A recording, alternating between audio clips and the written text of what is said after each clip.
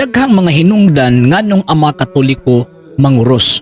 Pero subay sa tradisyon sa pagtuo, ug isang nga tudlo sa Santa Iglesia Katolika, Apostolika Romana, manguros ang mga Katoliko una tungod kay ang mga Katoliko mga Kristiyanos man. Sumala pa sa Encyclopedia Britannica, nag-ingon nga ang cross mao kini ang simbolo sa mga Kristiyanos. So naturalmente kay mga Katoliko Kristiyanos man, so ipadayag yun niya ang simbolo or timaan sa mga Kristiyanos kining pagpadayag sa pagpanguros.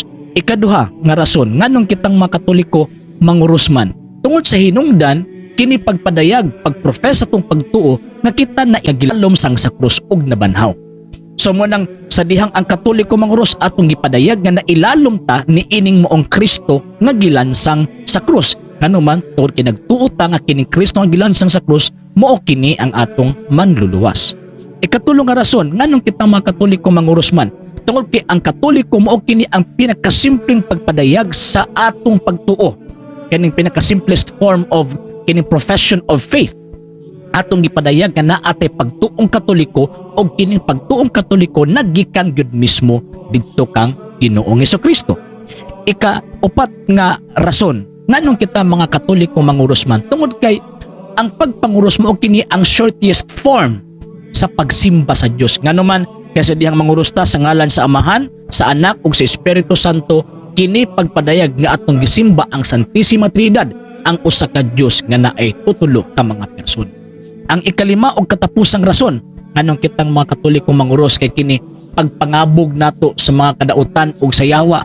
Ngano man kay normal gyud na nga ang iya sa Dios, ang iya na ilalom sa gahom sa Dios, sulayon gyud sa mga yawa. Ngunang atong abugon pinaagi sa pag-invoke nato sa ngalan ni Kristo sa Santissima Trinidad, kung maingon tag sa ngalan sa Amahan, sa Anak ug sa Espiritu Santo. Kay sumala pa ni San Pablo 1 Corinto kapitulo 1 bersikulo 18, ang krus gahom sa Dios.